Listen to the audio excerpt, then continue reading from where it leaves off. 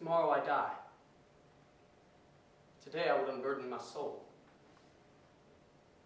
My immediate purpose is to place before the world, plainly, succinctly, and without comment, a series of mere household events. These events and their consequences have terrified, have tortured, have destroyed me, but I will not attempt to expound them. To me, they have provided little but horror. Hereafter, perhaps, some intellect may be found which will reduce my phantasm to the commonplace. An intellect more calm, more logical, and far less excitable than my own, that will perceive in these circumstances, which I detail with awe, nothing more than a very ordinary succession of natural causes and effects. From my infancy, I was noted for the docility and humanity of my disposition. My tenderness of heart was even so conspicuous as to make me the jest of my companions. I was especially fond of animals, was indulged by my parents with a great variety of pets. It was with these that I spent most of my time, and I was never so happy as when feeding and caressing them. This peculiarity of character grew with my growth, and in my manhood it provided me one of my principal sources of pleasure. To any of you who have cherished an affection for a faithful and sagacious dog, I need hardly be at trouble to explain the nature and intensity of the gratification thus derived. I married early. I was happy to find in my wife a disposition not uncongenial with my own. Observing my propensity for household pets, she lost no opportunity but to procure those of the most agreeable kind. We had birds, goldfish, a fine dog, rabbits, a small monkey, and a cat.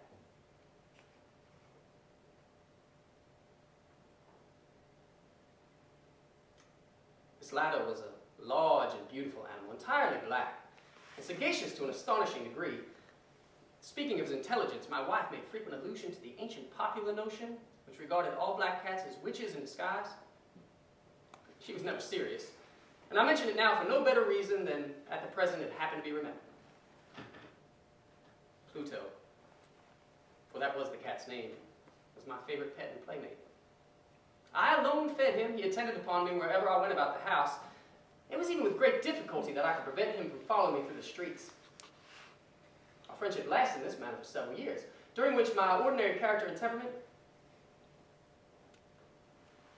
through the instrumentality of the fiend intemperance, had I blushed to admit it, experienced a radical alteration for the worse.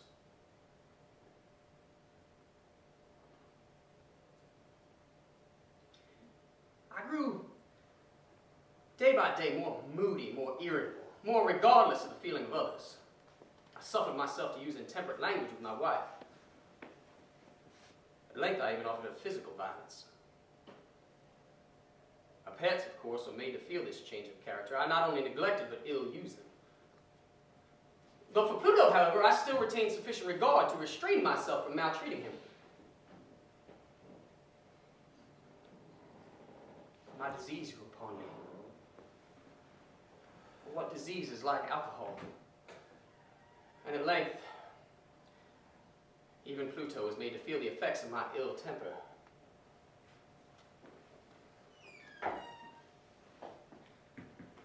One night, returning home much intoxicated, I fancied that the cat avoided my presence. I seized him, and in his fear at my violence, he inflicted a small wound upon my hand with his teeth. The fury of a demon soon possessed me. I knew myself no longer. My original soul took flight of my body, and a more than fiendish malevolence, gin-nurtured, thrilled every fiber of my frame. I took from my waistcoat pocket a penknife, opened it, and holding the animal by the throat, I proceeded to deliberately cut his eye from the socket. I blush, I burn, I shudder to speak of this damnable atrocity.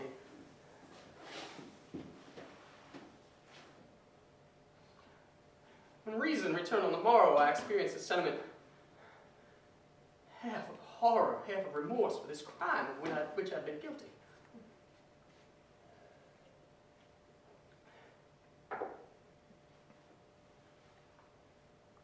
It was at best a feeble and equivocal feeling. My original soul remained untouched. I soon fell back into excess and drowned in wine all memory of the event. In the meanwhile, the cat seemed to slowly recover. The socket of the lost eye presented its true, a frightful appearance, but he no longer seemed to suffer any pain. He went about the house as usual. As might be expected, he fled in extreme terror at my approach. I still had enough of my original heart left to be at first grieved by this apparent dislike on the part of an animal which at one time had so loved me. This feeling soon gave place to irritation. And then came, as if to my final and irrevocable overthrow, the spirit of perverseness.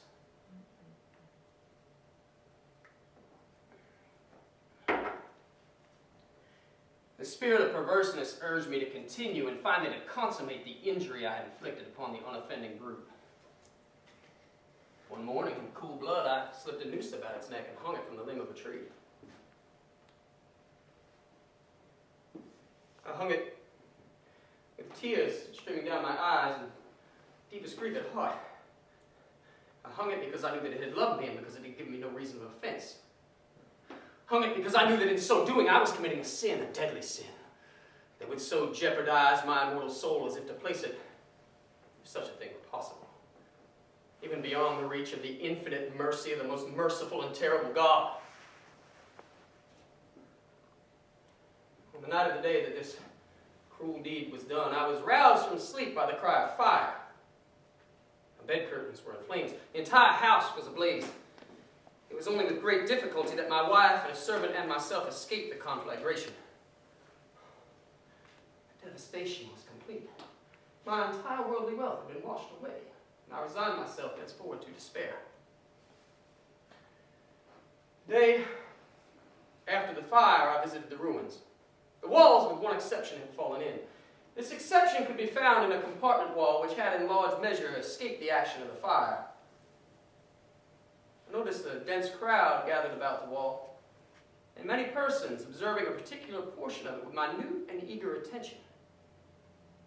Words such as strange, singular, and other such phrases excited my curiosity. I approached and saw, as if graven in bas relief upon the white surface, the image of a gigantic cat.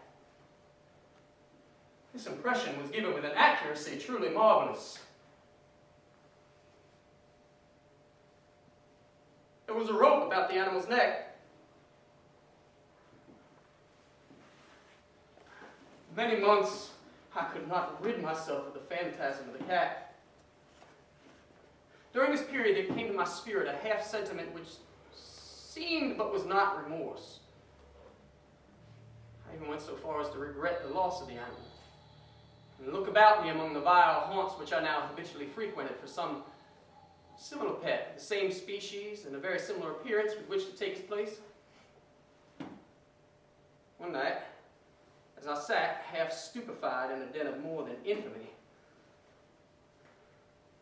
my attention was drawn to an object reposing upon one of the heads of the immense hogsheads of gin or rum which constituted the chief furnishings of the apartment.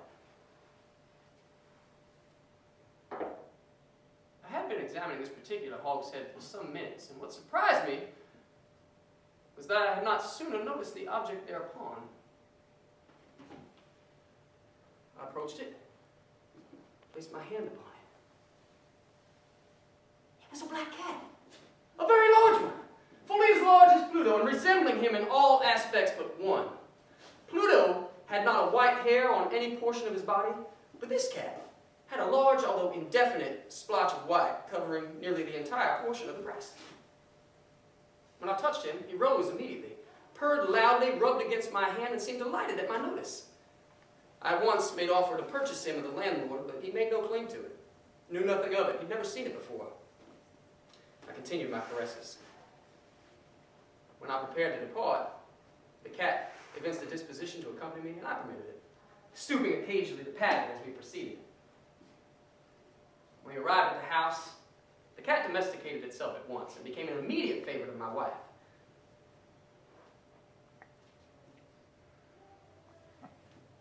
As for myself, soon felt a dislike of it arising within me.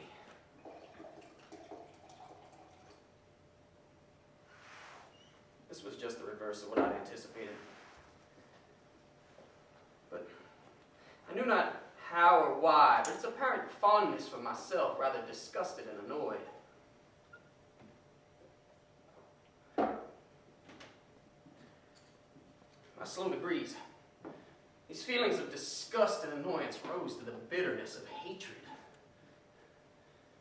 I avoided the animal. A sense of shame and the remembrance of my former act of cruelty prevented me from giving it physical abuse. I did not, for several weeks, strike or otherwise violently ill-use the monster. But gradually, very gradually, I began to look upon it with a sense of unutterable loathing and to flee silently from its odious presence like before the breath of a pestilence. What added, no doubt, to this hatred of the beast was the discovery on the morning after it arrived that, like Pluto, it too had been deprived of one of its eyes. This circumstance merely endeared it to my wife, who possessed in great measure that humanity of feeling which once had been my distinguishing trait, and given me many of my purer and simpler pleasures. But with my aversion to this cat, however, its partiality for myself seemed only to increase. It followed in my footsteps with a pertinacity to be difficult to listen and comprehend.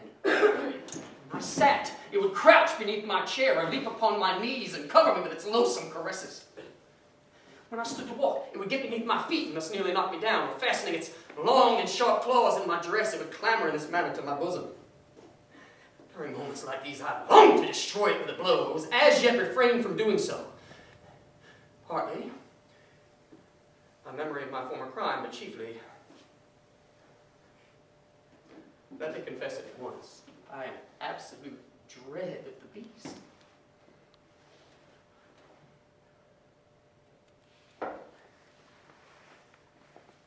This dread was not precisely a dread of physical evil, although I am at a loss how otherwise to define it.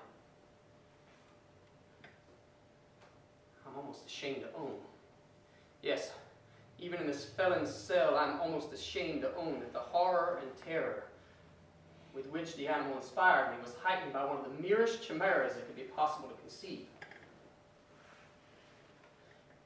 My wife had more than once drawn my attention to the character of the white mark which I had mentioned, and which constituted the only visible difference between this strange beast and the one I had destroyed. You will recall that at first, although large, this mark had been very indefinite, but by slow degrees nearly imperceptible, which for a long time my reason struggled to reject as fanciful, began to take on a rigorous definition of outline. It was now the representation of an object which I shuddered to name. And for this reason, above all else, I loathed and dreaded and would have rid myself of the monster had I dared. It was now the image of a hideous, of a ghastly thing, of the gallows, a mournful and terrible engine of horror and a crime of agony and of death. And now was I indeed wretched beyond the wretchedness of mere humanity.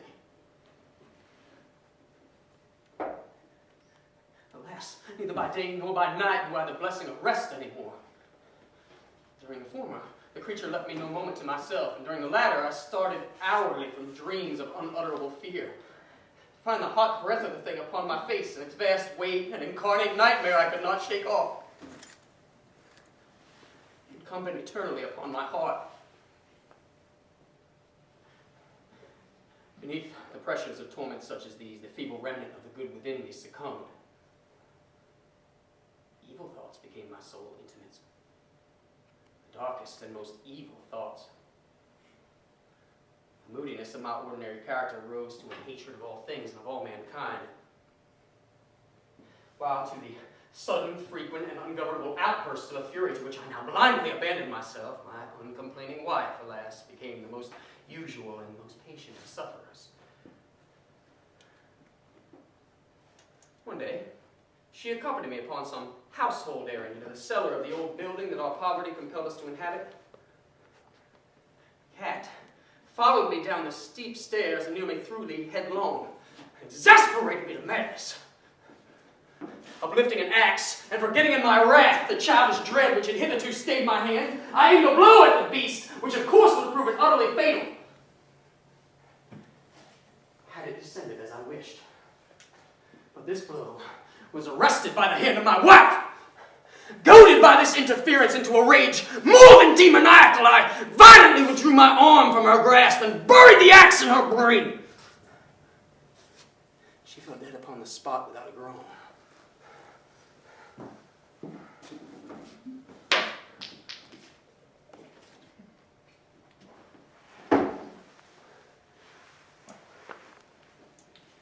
This hideous murder accomplished, I set myself forthwith and with entire deliberation to the task of concealing the body.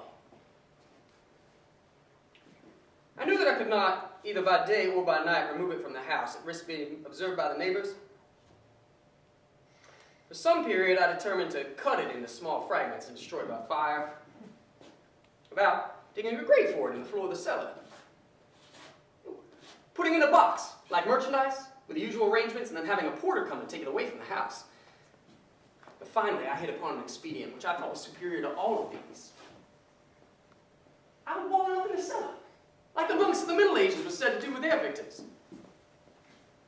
For a purpose such as this, the cellar was indeed well adapted. I made no doubt that I could readily displace the bricks, insert the corpse, and wall the whole up as before so that no eye could see anything suspicious.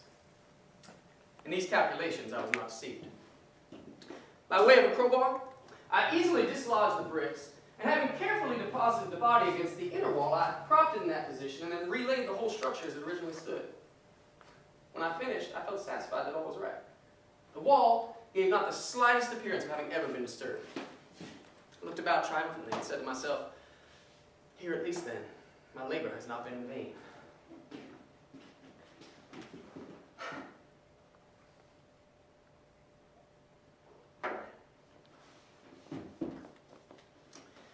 My next step was to look for the beast, which had been the cause of so much wretchedness, for I had at length firmly resolved to put it to death. Had I been able to meet with it in a moment, there could have been no doubt as to its fate.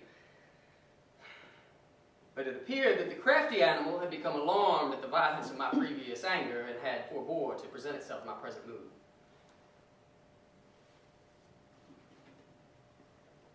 It is impossible to describe or to imagine the deep, the blissful sense of relief that the absence of the detested creature occasioned in my bosom. It made not its appearance during the night, and so for one night at least, since its introduction into my house, I soundly and tranquilly slept. Yes, slept, even with the burden of murder upon my soul. The second and the third day passed, and still my tormentor came not. Again, I breathed as a free man. The monster in terror had fled the premises forever. I should behold it no more. My happiness was supreme. The guilt of my dark deed disturbed me but little. Some few inquiries had been made, but these had been readily answered. A search had even been instituted. Of course, nothing was to be found. I looked upon my future felicity as secured. Upon the fourth day of the assassination, a party of the police came quite unexpectedly into the house and proceeded again to make a rigorous investigation of the premises. Secure, however, in the inscrutability of my place of concealment, I felt no embarrassment whatever. The officers bade me accompany them upon their search. They left no nook or corner unexplored. At length, for the third or the fourth time, they descended into the cellar. I quivered not in a muscle. My heart beat calmly as that of one who slumbers in innocence. I walked the cellar from end to end. I folded my arms across my bosom. I roamed easily to and fro. The police were thoroughly satisfied and prepared to depart. The glee at my heart was too strong to be contained. I burned to say but one word by way of triumph and to render doubly sure their assurance of my guiltlessness. Gentlemen, I said at last as they prepared to depart, "I am delighted to have allayed your suspicions. I wish you all health and a little more courtesy. By the by, gentlemen, this is a very well put together house." In my rabid desire to say something easily, I scarcely knew what I uttered at all. "I dare say, an excellently well-constructed house. These walls..." Are you leaving, gentlemen? "These walls are very sturdily put together." Here, through the mere frenzy of bravado, I rapped heavily upon the very portion of the brickwork behind which stood the corpse of the wife of my bosom. May God shield and deliver me from the fangs of the arch-fiend. No sooner had the reverberation of my blows sunk into silence than I was answered by a voice from within the tomb, by a cry, first muffled and broken like the sobbing of a child, quickly swelling into one long, loud, continuous scream, utterly anomalous and inhuman. A howl, a shrieking wail, half of horror and half of triumph, such as might have only arisen out of hell, conjointly from the throats of the damned in their agony and the demons that exult in the damnation. For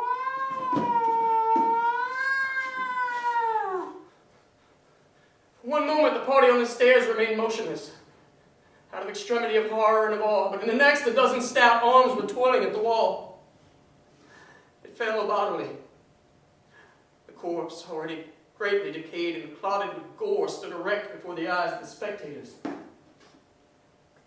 Upon its head, with red extended mouth and solitary eye of fire, sat the hideous beast whose craft had seduced me into murder, and whose informing voice had consigned me to the hangman. I had walled the monster up inside the tomb.